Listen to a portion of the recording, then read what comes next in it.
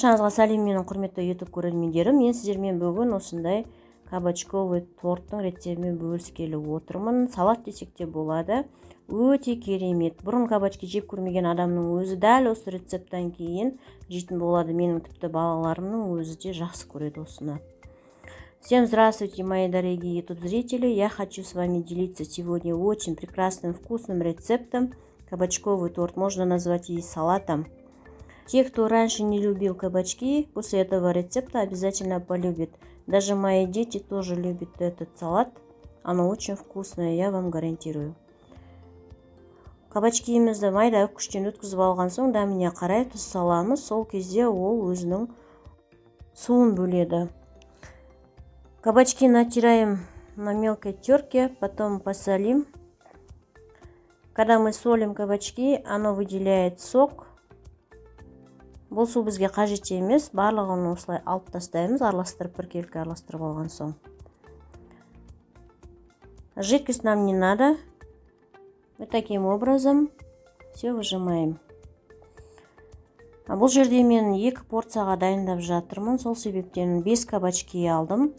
Егерде бұдан аз жасаймын десеңіздер, бір торт қана шығарам десеңіздер, онда 2 кабачкимен ғана жасауға болады.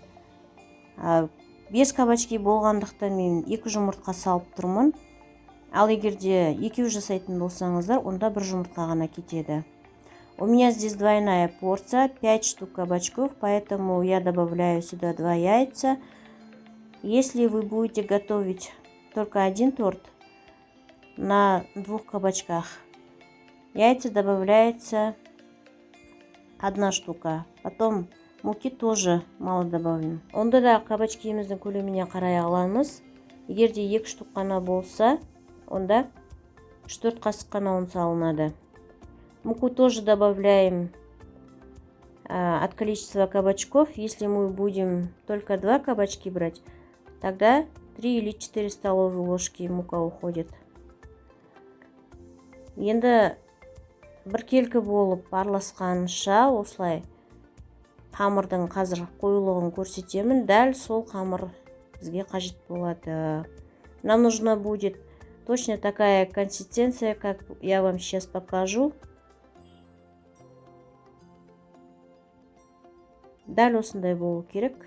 Вот точно такая должна быть консистенция нашего теста.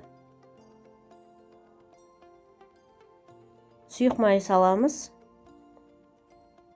Міндетті түрде қосамыз, себебі қамырымыз табамызға жабысып қалмауы керек. Обязательно добавим подсолнечное масло в конце, потому что наше тесто не должно прилипать к сковороду. Біріншісін салған кезде ғана кішкене майлаймыз, одан кейін қажеті жоқ. Только в начале смазываем сковородку маслом, потом после этого уже не стоит. Егерде видеом ұнап жатқан болса, достарыңызбен бөлісіп, пікір қалдырып тіркеле кетіңіз. Если вам понравился мои видео, ставьте лайк и поделитесь с друзьями.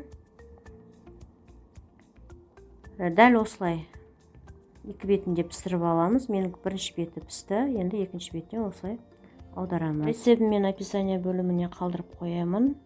Я все рецепты оставлю в разделе описаний. Осылай құймақтарымыз толығымен суылған кезде ғана барып, сарымсақпен майонезді жағамыз. Ыстықтай жағатын болсақ, бұл ашып кетеді. Начинку мы добавим только тогда, когда наши лепешки полностью остынут. В горячем виде никак нельзя, потому что испортится.